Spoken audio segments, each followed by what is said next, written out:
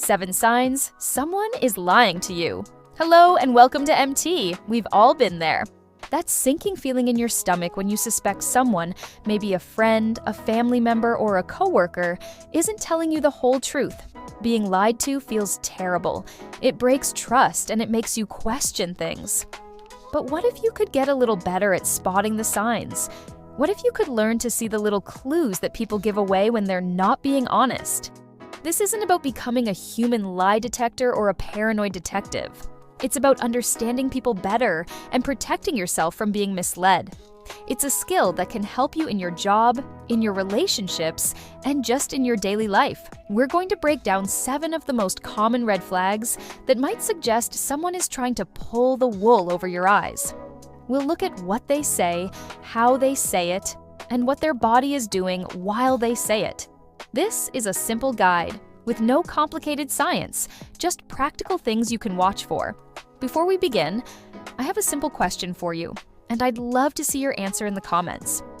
Think about a time you had a strong gut feeling that someone wasn't being straight with you. You don't have to share the whole story, but just tell me, what was the situation? Was it with a friend, at work, or somewhere else? Let me know down below. All right, let's get into the first sign, and it's a big one. The first sign someone might be lying is that their story changes. This is one of the most classic and reliable indicators of a lie. Think about it like this. When you tell the truth, you are simply remembering an event that actually happened. Your brain is pulling up a memory, like pulling a file out of a filing cabinet. You might forget a small detail here or there, but the core of the story, the main structure, is always the same because it's based on a real event.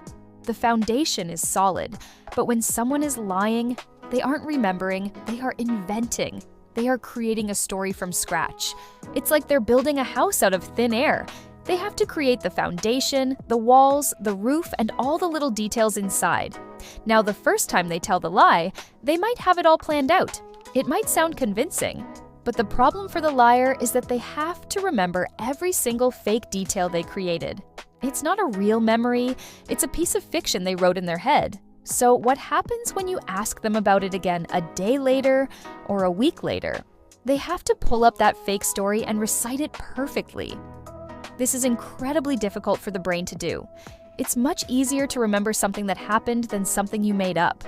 So little details will start to change. For example, let's say your friend was supposed to meet you at 7 p.m., but showed up at 8 p.m. The first time you ask, they say, "Oh, I'm so sorry. The traffic on the main highway was just a complete nightmare, a total standstill." The story sounds plausible, but the next day you mention it again, and they say, "Yeah, sorry about that. I got stuck behind a really slow bus on that back road, and it held me up for ages." Wait a minute. Was it the highway or a back road? Was it a standstill or a slow bus? The details are shifting. A truthful person might say, "The traffic was awful, especially on the highway, and then I tried a back road, and that was slow too." The story adds up and connects. The liar's story replaces old details with new ones because they can't remember the original fake details they created. They are rebuilding the fake house, but they're using different materials this time. This is why simple, non-confrontational questions are so powerful. You don't have to say, "I think you're lying." Instead, you can just ask for clarification later on.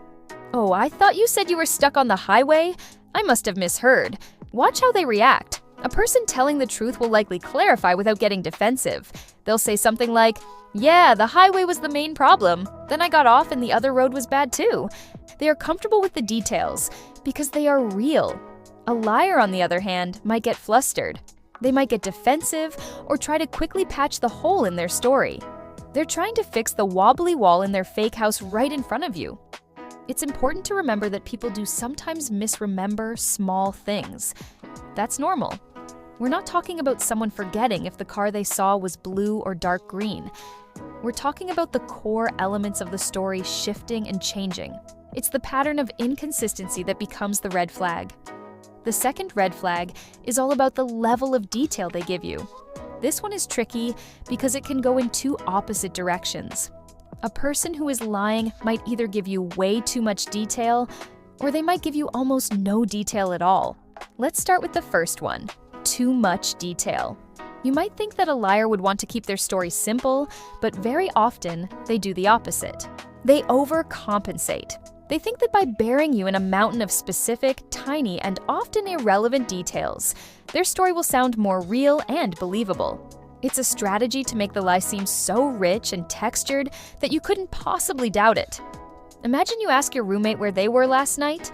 A truthful roommate might say, "I just went to the grocery store to pick up some milk and bread." It's simple and direct.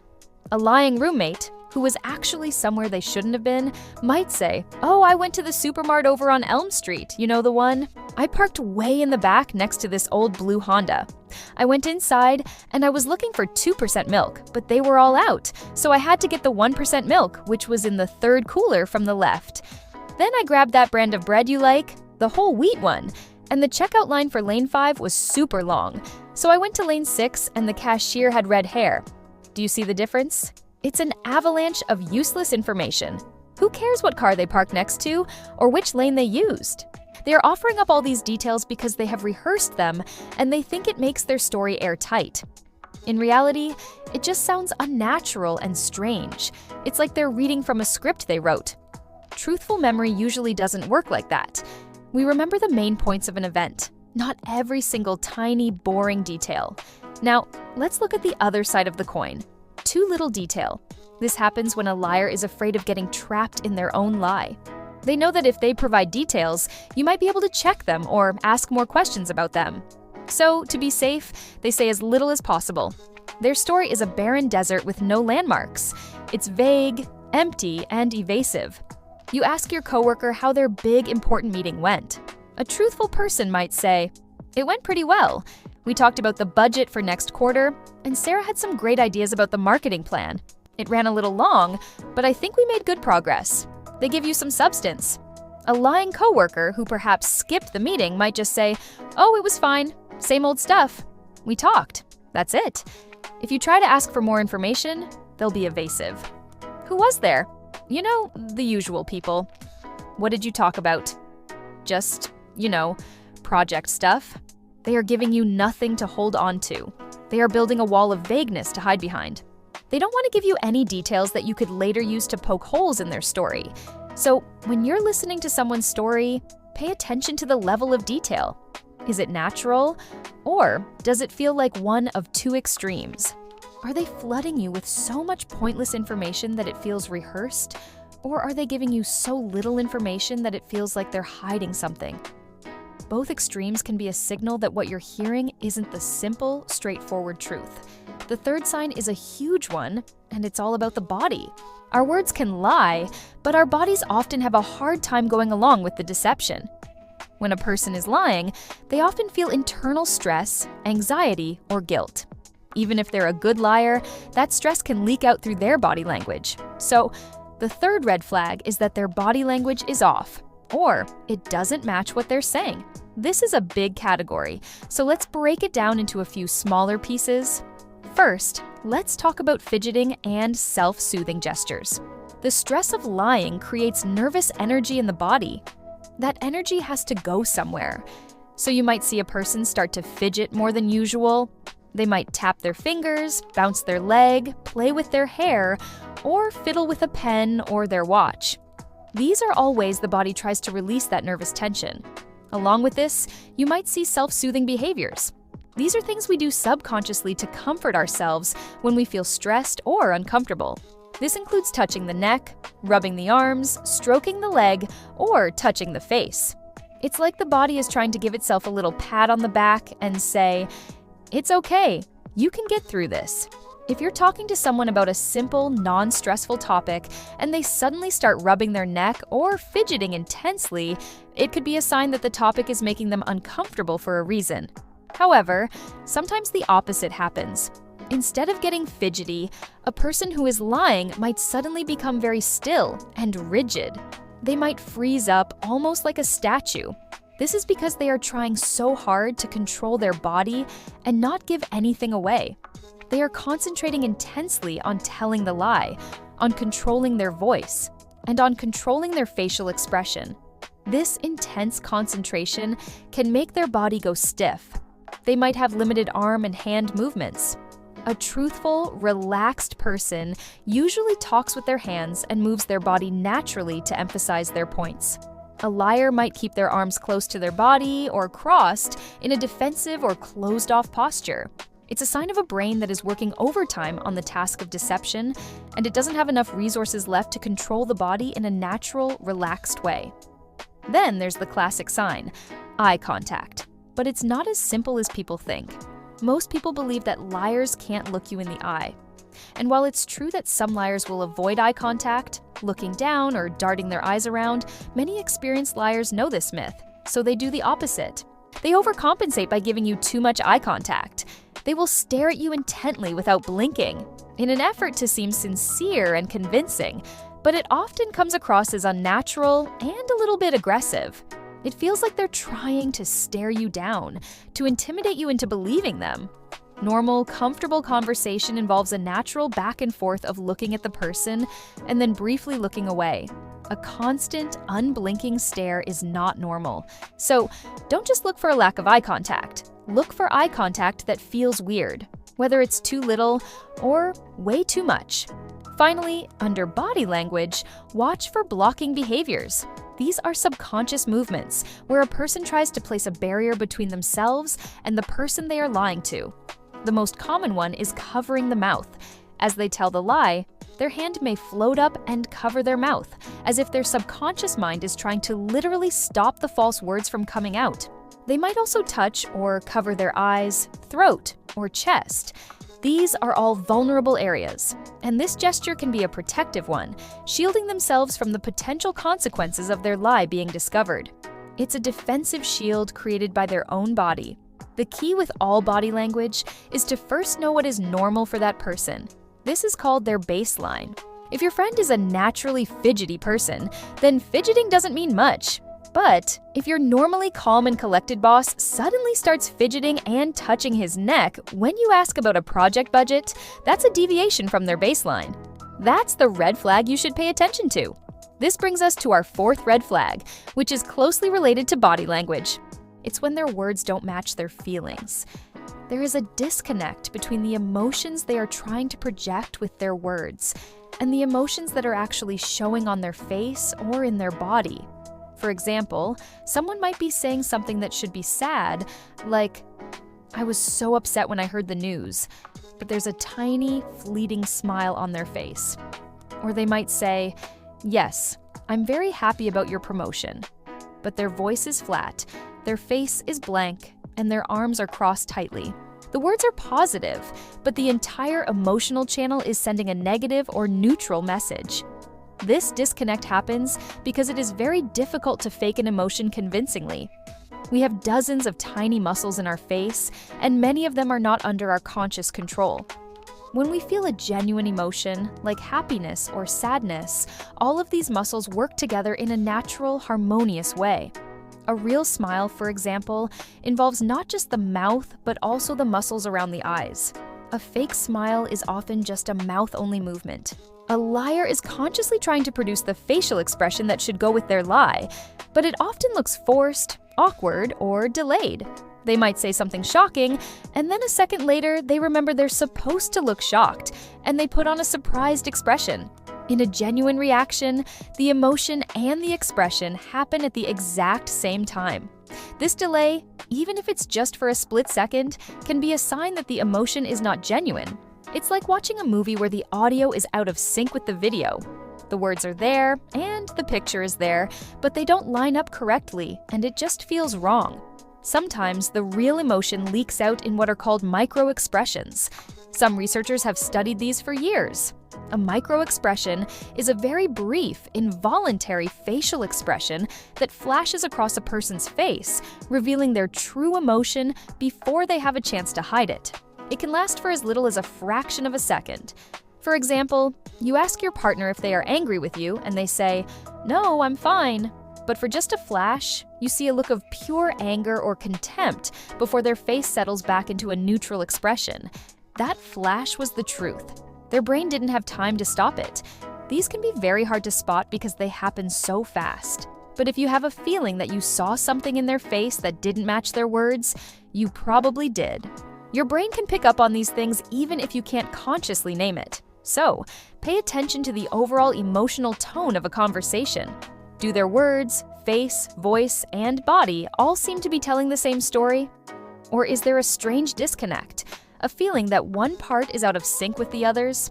That feeling of something is off is often your brain detecting a clash between the words and the true underlying emotion. The fifth red flag is that they get defensive and angry very quickly. A person telling the truth is generally comfortable answering questions. They don't have anything to hide, so they see questions as a way to help you understand the situation. Their focus is on the topic you're discussing. A liar's focus is very different. Their focus is on themselves and on maintaining their lie. They are under stress, and when you start asking questions, you are putting pressure on their carefully constructed story. They can see this pressure as an attack. And what's a common response to an attack? To fight back. So, a liar might react to a simple, innocent question with a surprising amount of anger or defensiveness. They try to turn the tables on you. They make you the bad guy for even asking. Let's use an example. Imagine you ask your roommate, "Hey, did you happen to see that $20 bill I left on the kitchen counter?" A truthful roommate who didn't take it might say, "Oh no, I didn't. Where did you leave it?" Let's look for it. Their focus is on helping you solve the problem of the missing money. A lying roommate who did take the money might immediately get defensive. They might say, "What? You think I stole it? I can't believe you would accuse me of that. Why are you always so suspicious of me?" Do you see the difference? They didn't answer the question. Instead, they launched a personal attack on you. This is a very common diversion tactic. They are trying to make you feel so guilty and uncomfortable for asking that you will back down and drop the subject. They are creating a cloud of anger and accusation to hide their lie in. They are changing the subject from the missing money to your supposed lack of trust in them. Honest people are focused on the facts of the situation. Liars are often more focused on how they are being perceived and will attack anyone who threatens that perception. Another part of this is that they might answer your question with a question or with an attack on your credibility. "Why would I do that?" Or, "Do you really think I'm that kind of person?" These aren't answers. They are challenges designed to put you on the back foot. They want you to feel like you have to justify your own question. If you find that a simple, calm question leads to an explosive or overly emotional reaction that seems way out of proportion to the situation, that is a major red flag. It suggests that you've touched a nerve, and that nerve might just be the lie they are trying so desperately to protect. A calm sea doesn't get angry when you throw a small pebble in it, but a sea that is already churning with the stress of a lie might erupt at the smallest disturbance. Our sixth sign moves back to the specific words people use. The sixth red flag is that they use strange or unnatural language. When people tell the truth, their language is usually simple, direct, and personal. When they are lying, they often subconsciously change the way they speak in some very specific ways. One of the most common signs is the use of distancing language. A liar will often try to create a psychological distance between themselves and the lie. A simple way they do this is by avoiding the use of I, or me. They will talk about the event in a more abstract or impersonal way. For example, if you ask someone if they broke the vase, a truthful person would likely say, "No, I didn't break it." It's a direct denial using the word I.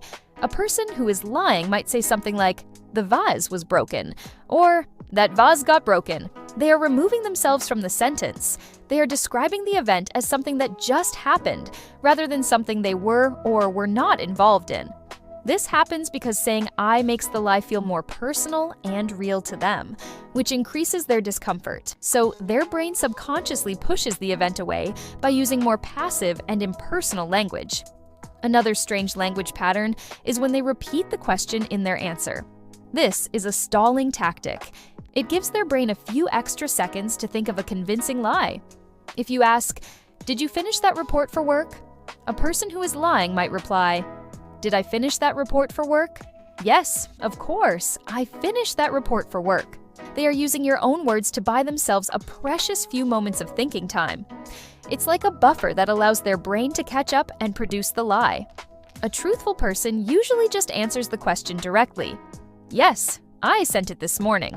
Or, no, I'm still working on it. You should also listen for overly formal or convoluted language. When people are telling the truth, they use normal, everyday contractions like I didn't or I wasn't. Liars, however, sometimes use strangely formal and emphatic language because they think it sounds more convincing. They will say, I did not do that, instead of I didn't do that. Or, I can tell you with 100% certainty that I was not there. It sounds like they are an actor on a stage, delivering a rehearsed line. This kind of formal denial can be a sign that they are trying too hard to sound truthful, and it ends up having the opposite effect. Also, be wary of what are called non-contracted denials. When someone emphasizes did not or was not, they are trying to add force to their denial. While sometimes this is normal, in the context of other red flags, it can be a sign of deception. It's them trying to convince you and perhaps also trying to convince themselves. The words they choose can give you a window into their mental state. Simple, direct language often comes from a place of truth. Complicated, evasive, or overly formal language can be a sign that a person is trying to construct a reality that isn't real. Finally, we come to our seventh and perhaps most important sign. This one isn't about watching them. It's about listening to yourself. The seventh red flag is that your own gut feeling, your intuition, is screaming at you that something is wrong. We often dismiss our intuition as being silly or unscientific, but it's actually a very powerful tool. Your brain is an incredible pattern recognition machine. All day, every day, it's taking in thousands of pieces of information. Body language, tone of voice, word choice, facial expressions, and more. Most of this processing happens subconsciously, outside of your direct awareness. When you're talking to someone, your brain is comparing their current behavior to all the past experiences you have with them and with other people. It's looking for things that don't fit the pattern. It's noticing the slight hesitation in their voice, the flash of a micro-expression on their face, the way they're holding their body just a little too stiffly, the fact that their story has too many weird details. You might not be able to consciously put your finger on any one of these things. You might not be able to say, aha, his left eye just twitched. He must be lying. But your subconscious brain is noticing all of it. It takes all these little red flags, all these tiny deviations from the norm, and it adds them up. And when the total sum gets high enough, it sends a signal to your conscious mind. That signal is your gut feeling. It's that little voice in your head that says, something is not right here. It's that uncomfortable feeling in your stomach. It's the sense that you're not getting the whole story. This is why it is so important to establish a baseline for the people in your life. You need to know how they act normally. How do they sound when they are relaxed and telling the truth? What does their normal body language look like? The better you know someone's baseline, the more easily your intuition will be able to spot when they deviate from it. You shouldn't automatically assume someone is lying just because you have a weird feeling. Your gut can be wrong, but you should not ignore it either. Treat your intuition as a signal to pay closer attention. When your gut feeling goes off, that's the time to start consciously looking for some of the other red flags we've talked about. That's the time to listen more carefully to their story, to ask a few more gentle, clarifying questions, to pay more attention to their body language. Your intuition isn't proof, but it's often the smoke that signals a fire. It's your brain's early warning system, telling you to be careful and to gather more information. Learning to trust that internal alarm system and using it as a guide to look more closely is one of the most powerful skills you can develop in spotting deception. So, there you have it. 7 signs that someone might be lying to you. Their story changes, they give too much or too little detail. Their body language is off. Their words don't match their emotions. They get defensive and angry. They use strange language. And finally, your own gut tells you something is wrong. It is so important to remember that none of these signs, on its own, is absolute proof that someone is lying. A nervous person might fidget. A shy person might avoid eye contact. Someone having a bad day might get angry easily. The key is to look for a cluster of these signs, a pattern of behavior that doesn't fit the situation or the person you know. This is not about winning arguments or catching people in lies. It's about better communication and having more honest relationships. It's about protecting yourself by being a more observant and aware person. Use this knowledge not as a weapon, but as a tool to help you navigate the complex world of human interaction.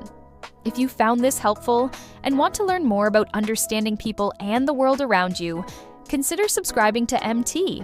We'd love to have you as part of our community.